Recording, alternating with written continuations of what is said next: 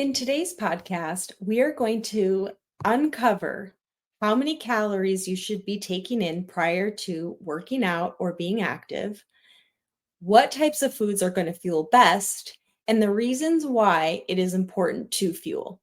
So let's dive in. Hello, beautiful souls. I'm Angela. And I'm Claire, your companions on the journey to a successful and vibrant life. We are here to debunk those media health myths and break through mental blocks that we all face. Let's fuel your life with nourishing conversations to a healthier you. Good morning. Good morning, Claire. So here we are, podcasting. It's been a busy morning for both of us because we've been in text mode. But you had an alarm going off, I did hear. Yeah. Yeah, this morning has been so crazy. Just to break down my morning, I wake up at 5 a.m. I go straight to hot yoga, and right as I'm leaving my house, I see a message on Instagram from someone who requested to message me saying, hey Claire, this is really weird, but we're related. And I just logged into my ancestry DNA. I got my results and we're related. Do you know how? And I'm like, what? And I'm thinking this is a scam, right? This is maybe just a scam for someone to get more followers or something like that. Yeah. That's my instant thoughts. I text my family group chat and I send them a screenshot of the message. And I'm like, could this be real? Mm-hmm. And my dad responds right away. He's like, that's such a scam. That's a scam. So I'm like, what the heck? And then my mom goes, well, you did ancestry DNA. Just log in. I'm like, genius. Yeah. So I log in and I'm already thinking like this is a scam, but 5 people down in my results is her name.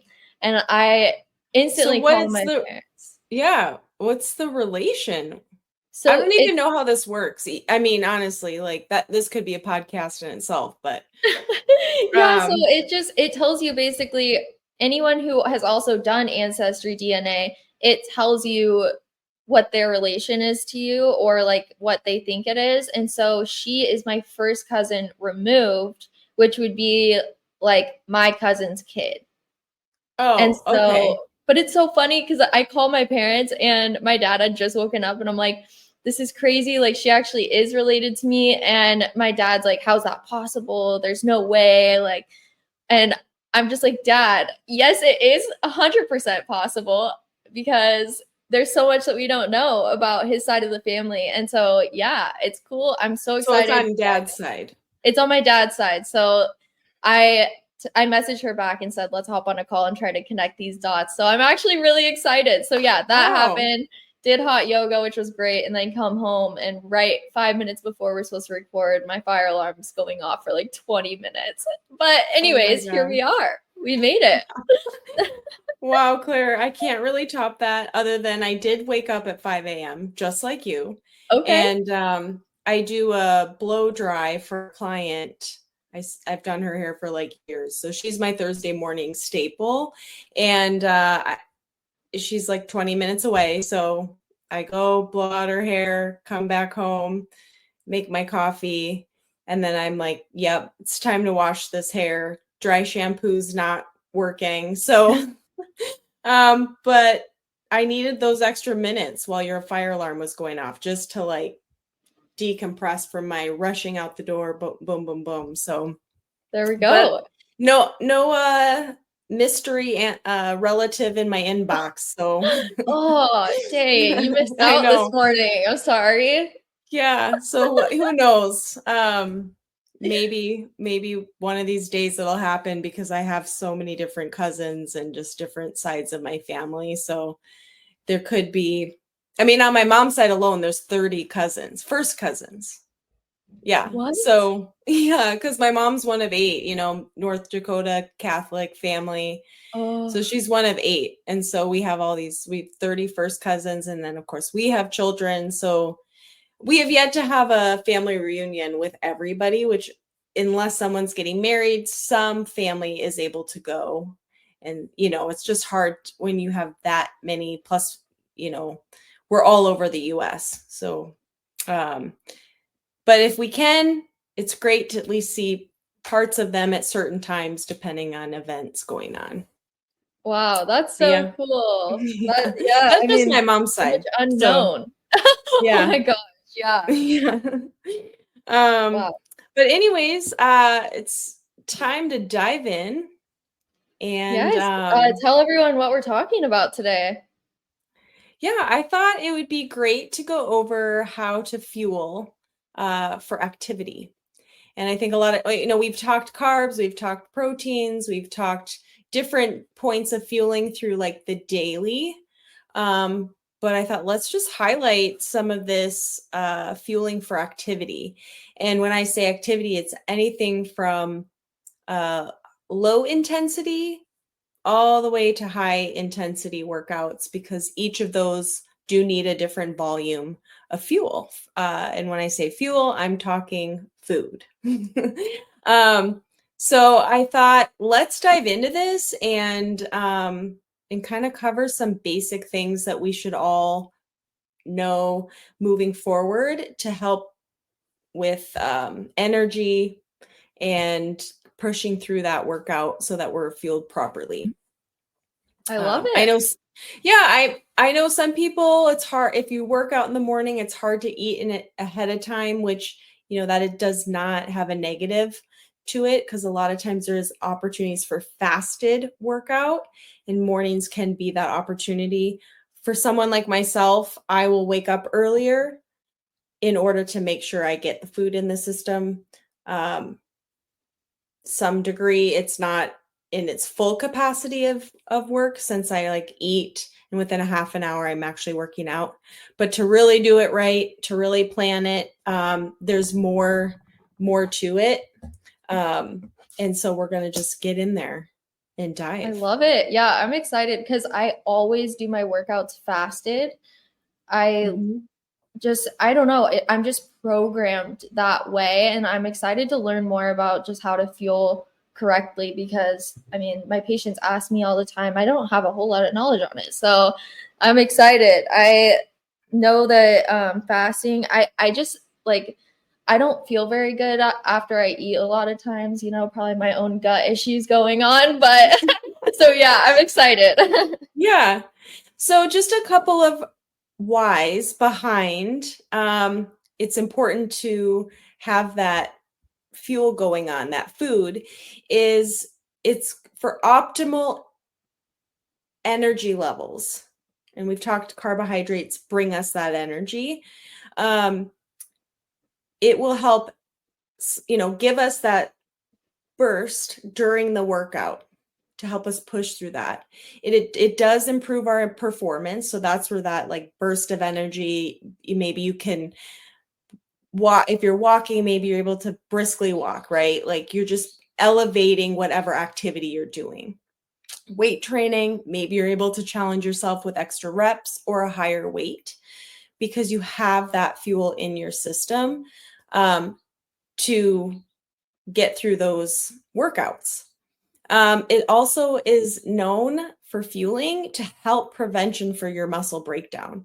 So if you're going into a workout depleted, right, because you haven't eaten for over 3 hours, 4 or 5 or over through the night, to make sure you're repairing those muscles. And so food does that. It goes into our system and repairs those muscles.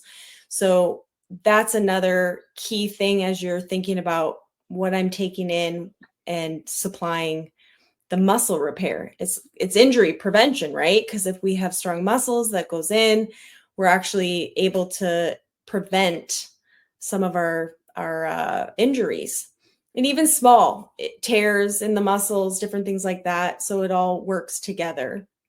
It does stabilize our blood sugar levels, and those are key. So if you're feeling like dizziness or just extra fatigue during the workout, your system is running on E. And unlike a car that actually tells us our gauge for, if we're running on empty in our vehicle, it is also another thing that we can't see other than going with how we're feeling and listening to our bodies. And Gosh, so, wouldn't that be nice? Why can't we have a yeah, just gauge? like a little gauge popping up, being like, okay, you need to, slow it down or pull over, have a snack.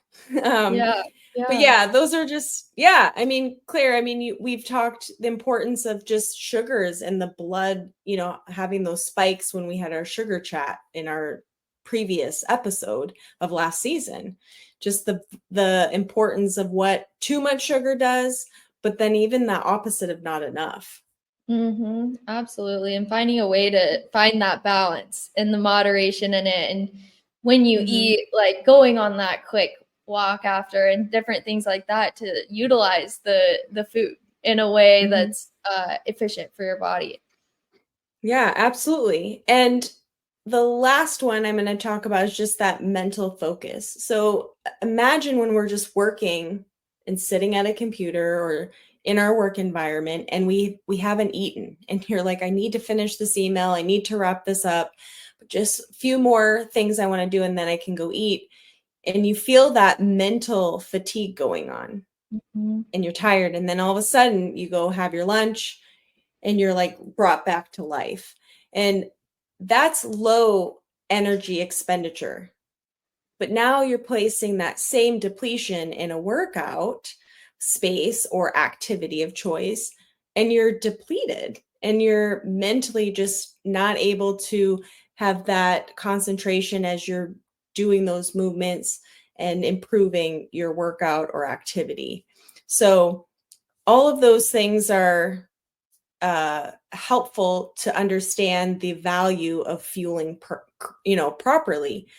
And I want to touch too on yeah, the mental focus and concentration, because I was just listening to a podcast from this neurologist who studies a lot, and she was talking about kind of her regimen, what she does for her brain health and for optimal brain health. She was talking about how important it is of what you eat on how you perform mentally. And she was talking about all of the foods that she eats on a regular basis. And she was just talking about like eating the rainbow, getting all of these different nutrients and vitamins and minerals, and not eating those processed foods, those high sugars and different things like that, because it's depleting your brain, like it eats away at your brain by consuming those. It all works together. Everything. There's a reason, that our bodies function the way they do and how we can best support them in any environment that we're in. I mean, really, that's what it comes down to is finding, it's our premise of Nourished Life podcast. We are nourishing our life. That's what our whole thing is for us, and giving these nuggets to just be 1% better in these areas. So, yeah, I wanted to let's talk those calories. And the big question is, what do I eat? How many calories should I be consuming leading into a workout? And most importantly, when? And I think that's the key, because as I have different activities that have changed and evolved, I do have to plan accordingly and time it right. And so I'll share a little bit of nuggets for what I do leading into certain workouts. And so, for instance, when you're doing a light to moderate intensity activity, so let's just gauge 45-minute workout. Maybe it's a brisk walk, a light jog, doing some yoga. You may want to consider consuming a small snack, and that these averages numbers for caloric intake will range based on your height, your weight, and what you're burning going into that workout. So anywhere from 150 to 300 calories is something to consider before you're heading into that workout. And that's, again, 45 minutes. This is just some averages. If you're taking a class, you can imagine that's about the timing of classes. Sometimes they're a little bit more or a little bit less. But then if you're high intensity, which is weight training, running, like a spin class, hiking, you're going to want to have about 200 to 400 calories heading in. And then it's like, well, what does that look like? I was just gonna ask, like, before this snack, what do you usually do, and like, what's recommended for these little snacks? Well, I'll share what I do in the mornings. So I have a couple of the Biscoff cookies, crackers, biscuits. They're, that's about 150 calories. And then I do peanut butter, which is like 200.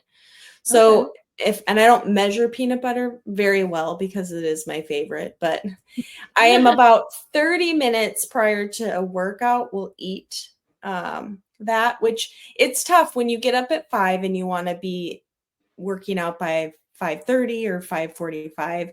It's not an ideal amount of time, but I'm definitely not going in empty.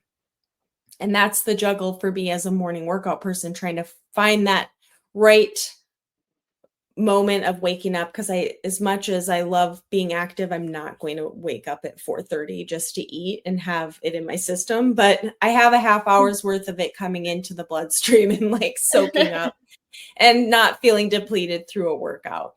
You need an IV that just starts at 4:30 in the morning. Yeah, that's right. It's your aminos right in. That's right.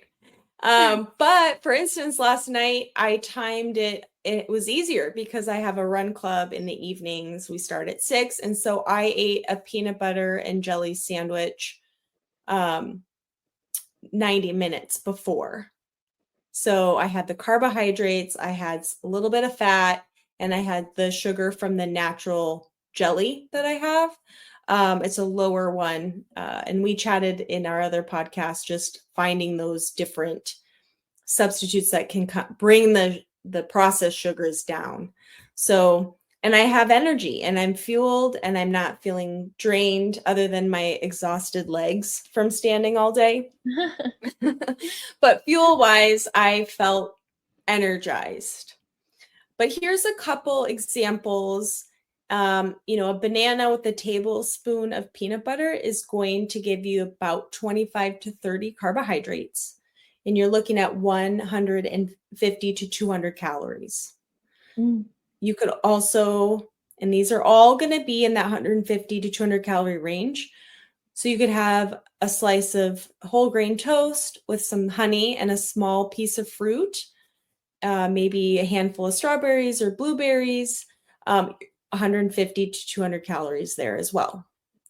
Or you could do Greek yogurt with a handful of berries, a little drizzle of honey, and you're hitting those carbohydrates again around the 25 grams. And that's 150 to 200 calories. And if Greek you have yogurt is so high in protein. That's one of my favorite snacks ever, because it doesn't spike your blood glucose levels at all. Just get plain. You can do natural fruit. Yeah. Cinnamon, whatever. It up. Yep, doctor it up, flavor it on your own, which is even better. And you're getting 16 to 18 grams of protein. So if you're combining that, especially if one of your goals is muscle mass, even better. 100%. And that's the key, right? Fueling, getting that in your system and kind of hitting all the protein, the carbs, and the fats. And with that, the tablespoon of peanut butter, the toast, there are proteins in there. They're not a strong protein like your Greek yogurt, but it is in there. And it's just the combinations that come together that make it more powerful for that workout. Because we're looking at the same calorie count, but we're giving you options and just seeing that the value of them are the same, but what we're eating is different. Another one you can do is just, if you have the time, a small smoothie, which is a mix of your fruit of choice, a half a cup of that Greek yogurt that we talked about, toss in some spinach, and this is a little bit higher because of you're in the smoothie family, which naturally bumps up your carbohydrates, and that would be someone who's heading into more intense workout, and that's between 200 and 250 calories. So I like doing in my protein shakes, I'll do a scoop of whey protein and just concentrated whey, no flavoring. It's really cheap on Amazon. I'll put the link in there. And it's my absolute favorite. You don't taste it at all, and you can throw it right in the smoothie, and there's no additives. So it's a great way to get 20 extra grams. And then another thing I love adding in chia seeds or hemp seeds, and this can actually take over the protein powder. If you want to do it more naturally, you can just throw in a serving of each of those, and that's an extra 21 grams of protein for almost nothing. But then you're also getting in omega-3s, you're getting in extra you're getting fiber, healthy fats. You're getting healthy fats, you're getting in so much, like these are superfoods. These are like extra things that you can just throw in. It's like 2 tablespoons for a serving of chia seeds or something like that, which is very small amount for a very high amount of nutrients and fiber. And no, it is, there's so many different things. And as we cross these topics, it's fun to see that don't have to eat the same thing all the time, and that there's a lot of food options that we can get great sources from and fuel.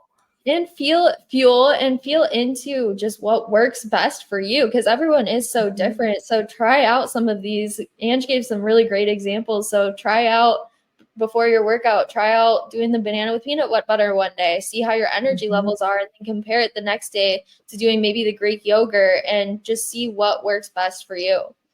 100%. And I think that's the beauty of we're all different and we're all individually made, and so certain things work better for us, and it's finding that green light that's like, yes, I found my food cocktail that's going to fuel me through my workout, because that's all the more to encourage you to keep being active, because you're actually going into it strong. And then we're going to just chat timing. This is the last section of it. And the big question is, when do I eat before? And I did share my examples earlier, but when do I eat? How do I feel properly? So 30 minutes to an hour before your workout is great. It focuses on, those simple carbohydrates, and it's easy for our bodies to digest that. So that's where your, fruit is great. It's not as heavy, and the more processed you get, the harder it is for your body to break down. So anything that's coming in, the bakery section, or a whole meal made for you is harder and heavier for the body to digest. And then 1 to 3 hours before your workout, you can include more complex carbohydrates, some proteins. So that could be your oatmeal, with some milk, your Greek yogurt, granola. Those are going to be heartier and then take longer to process and get into the bloodstream, into the muscles, and then prepare you. So a lot of times even if we get off work, it's being mindful while at work and timing your food according to your workout. And I don't know about you, Claire, but sometimes I have to set an alarm for different things. Yeah. Oh, absolutely. Absolutely. That's such a good tool to use. It's just like, oh, it's time to eat. And because that is valuable to me to go into a workout. And so I was walking around the store yesterday with my peanut butter and jelly sandwich, putting things out for getting it ready for run club. But I was determined to eat my sandwich and fuel properly, especially since I know today's episode was all about this, and trying to really live out what we're chatting about. And, it's great to have all the knowledge, but how do I make sure that I'm articulating it to our listeners and wanting to say, no, I get it. I was like dragging in this sign while having a peanut butter and jelly sandwich in my hand, but I'm doing it and I'm making sure that I'm also living what I'm preaching is my goal here. Yeah. And this kind of tags on to our either last or second to last episode where we were talking about being healthy at work. And I think this is a really Yes. good example of that, how you can do that, and the importance of planning ahead of time. Like you had your fuel ready while you were Right. at work. If you wouldn't have had that already, but you ended up getting busy with stuff that you had to do, it's much less likely that you were going to actually eat something. And Yeah, so and I think that's so important. Yeah, and I think too is, of course, I didn't get to sit down and enjoy it, but I couldn't, if I had perhaps picked like, toast with not peanut butter, but toast and vegetables and maybe a little chicken, that's a lot harder to sit and eat with a job for myself that's on like physically on the go. So a sandwich pairs well for that environment. And that's really understanding what will fit best to make sure you get in the fuel. And Claire, I know sometimes you'll do a workout after work. How do you fuel for that? So I always try to do like at least an hour or so before. And my lunches generally consume of or consists of spinach. I love spinach. I do a lot of veggies. I do Greek salad. So it's pretty consistent with that. So I do a Greek salad. I do chicken. I make sure I have some protein in there. And I just make sure that it's at least an hour and a half before, just because I don't like that feeling of like right after you eat going into it and having that feeling of like still digesting your food and then or like feeling bloated or anything like that. So yeah, I just try to do it a little bit before. Lately I've been doing a ton of fasting, 24 or 48-hour fast. So I've been doing one 48-hour fast every week. And I think that a lot of people have the notion of when you're fasting, you should take it lighter or go easier. And I do the complete opposite. I feel so much more energy and I feel like I'm able to do more in my workouts, which is crazy. But if you think about going back to evolution, going back to caveman days, like when they were fasting, that's go mode. Like we need to go. We need to like, for example, in that example is go get food.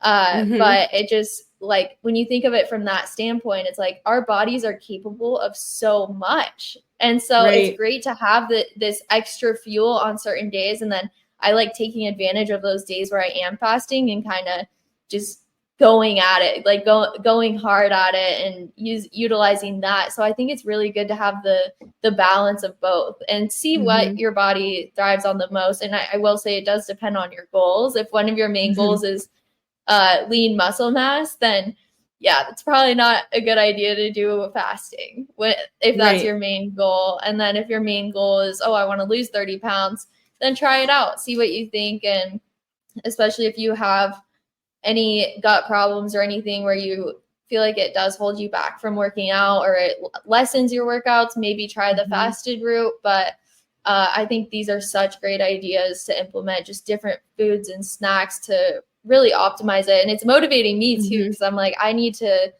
make sure that I'm fueling correctly. And I think that implementing some of these could make my workouts better. Yeah. I mean, it's all about trial and error too, like you tapped in on is the fact that, this works for you. You have an opposite effect of what the general public experiences.